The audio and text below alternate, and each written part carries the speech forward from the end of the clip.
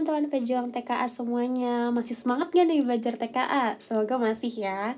Nah, kali ini kita ada soal tentang transformasi geometri.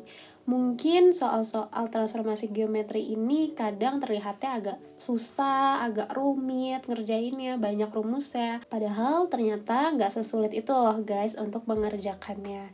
Seperti pada soal ini nih, diketahui sebuah segitiga PQR terletak di bidang koordinat dengan titik P-nya 1,2, Q-nya 3,5, dan R-nya 6,4. Lalu ada beberapa pertanyaan-pertanyaan mengenai transformasi geometri. Ada refleksi, ada translasi, rotasi, dan juga dilatasi. Nah, kira-kira bagaimana nih cara mengerjakan soal-soal ini? Langsung aja nonton videonya sampai habis ya. Buat teman-teman, jangan lupa untuk join Bootcamp Ambis, TKA, dan UTBK SNBT 2026. Program ini 100% gratis ya, dengan metodenya online via Zoom Meeting. Ada banyak fasilitas yang disediakan, langsung aja ikutin alur pendaftarannya untuk langsung join. Segitiga PQR direfleksi terhadap garis Y sama dengan X. Tentukan koordinat titik Q aksen hasil refleksi. Nah, kalau misalnya kalian ingat-ingat, kalau aku punya titik X, Y, direfleksikan terhadap garis Y sama dengan X, maka bayangannya nanti menjadi titik Y, X. Jadi posisi titiknya tertukar, seperti itu. Ini untuk refleksi garis Y sama dengan X. Kalian bisa cek lagi rumusnya ya untuk refleksi-refleksi, karena memang ada banyak tuh rumus refleksi. Oke, karena ditanya titik Q aksen, berarti Q itu kan tadi awalnya 3,5 nih, dikasih tahu. Direfleksikan terhadap garis Y sama dengan X, berarti Q aksennya sama dengan, tinggal ditukar aja kan, berarti 5,3 aja, gitu. Untuk soal nomor 1. Lanjut ke soal nomor 2, dia bilang segitiga PQR digeser sejauh 2 satuan ke kiri dan 3 satuan ke atas. Tentukan koordinat titik R aksen setelah translasi. Oke, ini kuncinya digeser ya. Kalau misal digeser itu kita langsung ingat-ingat aja tentang translasi. Nah, kalau misalnya di bidang koordinat nih, misal aku punya bidang koordinat, nah ini sumbu X, ini sumbu Y. Nah, kalau misalnya digeser ke kanan atau ke kiri, ini berarti kita mainannya di sumbu X ya, kanan kiri itu sumbu X. Nah, kanan berarti positif, kiri berarti negatif, gitu. Jadi sumbu X itu bisa ke kanan atau ke kiri. Kiri itu positif, kanan itu positif, kiri itu negatif. Nah, kalau misalnya sumbu Y, itu berarti dia mainannya ke atas atau ke bawah ya. Atas, bawah. Atas itu positif, bawah itu negatif. Seperti itu. Nah, kalian lihat lagi soalnya, dia bilang 2 satuan ke kiri. Ke kiri nih, berarti yang ini nih. X-nya minus. Lalu 3 satuan ke atas berarti Y-nya tapi positif atas ya.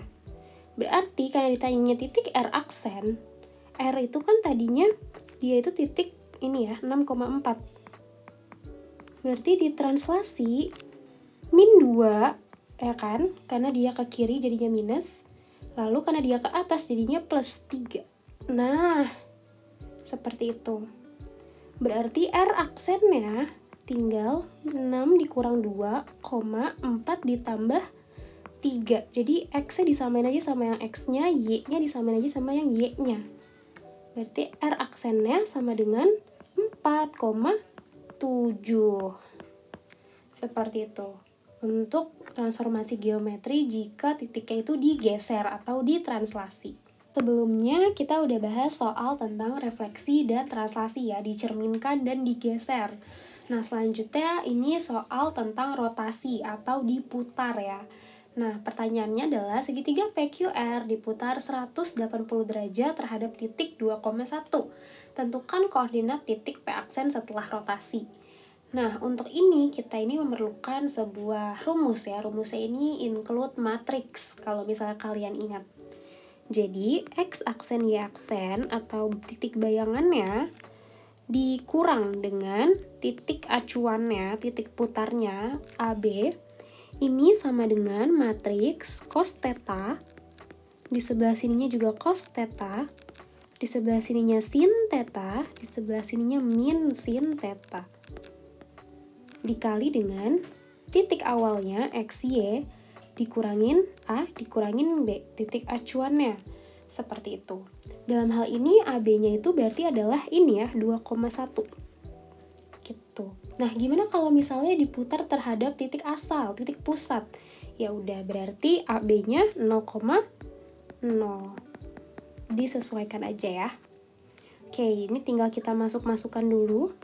X aksen, Y aksen dikurang dengan 2, 1 sama dengan cos 180 derajat sin 180 derajat min sin 180 derajat cos 180 derajat XY-nya itu adalah titik asalnya. Nah, kan kita mau tahu titik bayangannya si P nih, berarti titik asalnya juga kita pakai titik asal dari si P, yaitu 1,2. 1 dikurang A-nya 2 dikurang B-nya 1. Oke, berarti X aksen, Y aksen kurang 2, 1 sama dengan cos 180 derajat. Tadi inget nggak nih, cos 180? Cos 180 itu adalah minus 1. Berarti di sebelah sini juga minus 1. Sin 180 itu 0 ya. Nah, berarti di sebelah sininya min 0, ya sama aja juga, 0 aja ya, langsung. Nah, dikali dengan 1 dikurang 2, minus 1, 2 dikurang 1, 1. Oke, berarti aku geser ke sebelah sini aja. X aksen, Y aksennya sama dengan, nah ini perkalian matriks nih, bagian ininya. Nah, berarti min 1 dikali min 1, 1 ditambah 0 kali 1, 0 ya, berarti 1. Lalu yang baris keduanya 0 dikali minus 1, 0 ditambah min 1 kali 1, min 1. Oke, nah ini kita pindah ruas ke kanan, berarti jadinya plus ya. Plus 2, 1. Nah, berarti ini sama dengan 1 ditambah 2, 3,0. Seperti itu. Berarti X aksen dan Y aksen dari titik P setelah dirotasi adalah 3,0, atau bayangan dari titik P adalah 3,0. Dilatasi ini sebenarnya agak mirip-mirip ya dengan si rotasi, cuman bedanya di matriksnya aja. Jadi dia bilang segitiga PQR dilatasi dengan faktor skala 1,5 terhadap titik asal. Nah, ini nih, titik asalnya 0,0. Berarti AB-AB yang di nomor sebelumnya tadi itu bisa kita abaikan aja, bisa kita hilangkan aja, karena 0 juga nilainya. Lalu yang ditanya adalah tentukan koordinat titik R aksen setelah dilatasi. Oke, berarti X aksen, Y aksen, kita nggak perlu pakai AB-ABan karena dia 0, sama dengan, nah kalau dilatasi, matriksnya itu adalah, faktor skalanya adalah 1,5. Berarti perhatikan, 1,5-nya ditaruh sini. Nah, ininya 0, ininya 0. Nah, seperti itu. Dikali dengan titik awalnya. Titik awal itu adalah titik R ya, yang kita mau cari tahu. Itu adalah 6,4. Karena dia terhadap 0,0, berarti ya udah. Tinggal gini aja caranya. Berarti X aksen Y aksen ini tinggal 1,5 dikali 6, 1,5 dikali 4 sama dengan 1,5 dikali 6, 9, 1,5 dikali 4, 6 ya. Seperti itu. Berarti bayangan dari titik R atau R aksen setelah didilatasi adalah 9,6. Oke, terakhir nih, segitiga PQR pertama-tama katanya diputar 90 derajat berlawanan arah jarum jam terhadap titik asal. Kemudian direfleksikan terhadap sumbu X. Tentukan koordinat P double aksen, Q double aksen, dan R double aksen setelah kedua transformasi. Oke, nah kalau misalnya tadi dari nomor 1 sampai nomor 4 kan ditransformasinya hanya sekali tuh. Nah, kali ini yang nomor 5 ditranslasinya 2 kali. Jadi awalnya dirotasi dulu 90 derajat, lalu habis itu direfleksikan. Cara rotasinya itu sama seperti kita mengerjakan soal nomor 3 tadi. Jadi karena dia terhadap titik asal ya 0,0, berarti matriksnya tinggal seperti ini aja. X aksen, Y aksen, sama dengan cos 90 derajat cos 90 derajat min sin 90 derajat sin 90 derajat dikali titik asalnya ya, XY. Nah, seperti ini. Nah, maksudnya berlawanan arah jarum jam ini apa nih? Berlawanan arah jarum jam diputar ya. Jadi, kalau berlawanan arah jarum jam, sudutnya itu positif. Jadi, yang dia bilang 90 derajat ya udah tetap 90 derajat aja. Nah, beda cerita kalau misalnya nanti dia bilang searah jarum jam. Kalau misalnya searah jarum jam, kalian harus nulisinnya seperti ini. Cos min 90. Di sini juga cos min 90. Lalu di sininya min sin min 90. Lalu di sininya sin min 90 derajat. Nah, seperti ini. Kalau misalnya searah jarum jam. Cuman kalau untuk soal ini karena dibilangnya berlawanan arah jarum jam, berarti kita tetap gunakan yang ini ya. Oke, berarti X aksen Y aksen sama dengan cos 90 itu 0, sin 90 itu 1. Berarti ini 1, ini min 1. Dikali dengan X, Y.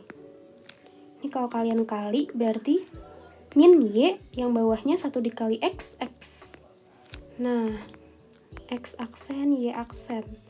Nah, ini kalian bisa nyimpulin sebuah pola nih. Kalau dia diputar 90 derajat berlawanan arah jarum jam terhadap titik asal. Kalian lihat nih bayangannya, X aksennya itu jadi min Y, Y aksennya itu jadi X. Berarti kalau aku punya titik X, Y, dirotasikan 90 derajat terhadap titik asal ya. Berarti nanti bayangannya jadi min Y, X. Sesuai dengan yang tadi kita peroleh. Nah, berarti titik P dulu deh, P itu kan 1,2. Berarti dirotasi 90 derajat, jadinya min 2,1 ya, mengikuti pola yang ini. Lalu titik Q itu 3,5. Dirotasi 90 derajat, berarti jadinya min 5,3. Terakhir titik R, 6,4. Dirotasi 90 derajat, berlawanan arah jarum jam dan terhadap titik asal ya. Berarti min 4,6 gitu. Nah, ini bayangan-bayangannya nih. Ini si P aksen, ini si Q aksen, ini si R aksen. Nah, tapi ini selesai atau belum nih? Belum selesai ya, karena kita perlu refleksi lagi. Refleksi terhadap sumbu X. Nah, ini aku izin hapus yang sebelah sini. Ini aku pindah. Nah, kalau misalnya refleksi terhadap sumbu X, jika aku punya titik X, Y, direfleksikan terhadap sumbu X, ini nanti jadinya X, min Y. Jadi nggak berubah, tapi bagian Y-nya negatif. Seperti itu. Bagaimana kalau misalnya refleksi terhadap sumbu Y? Kalau refleksi terhadap sumbu Y, berarti dari X, Y, dia jadinya min X, Y. Gitu. Ini sumbu X, ini sumbu Y, refleksi. Kita ambil yang ini ya, karena di soal dibilangnya terhadap sumbu X. Nah, berarti kita ngelanjutin titik yang tadi udah kita sempat transformasi tuh. Berarti dari yang ini, min 2,1, direfleksikan terhadap sumbu X, berarti nanti jadinya berarti nanti jadinya Y-nya negatif, berarti jadinya min 2, min 1 ya. Terus yang Q direfleksikan terhadap sumbu X, berarti nanti jadinya min 5, min 3. Terakhir yang R direfleksikan terhadap sumbu X, berarti jadinya min 4, min 6. Nah, ini dia nih, P double aksen, Q double aksen, dan R double aksen yang ditanyakan. Seperti itu untuk menjawab soal nomor 5. Nah, dengan soal-soal yang tadi sudah kita bahas, harusnya kalian juga bisa nih mengerjakan soal-soal ini. Untuk yang tahu jawabannya bisa langsung aja tulis di kolom komentar ya. Dan jangan lupa join Bootcamp Ambis TKA dan UTBK SNBT 2026.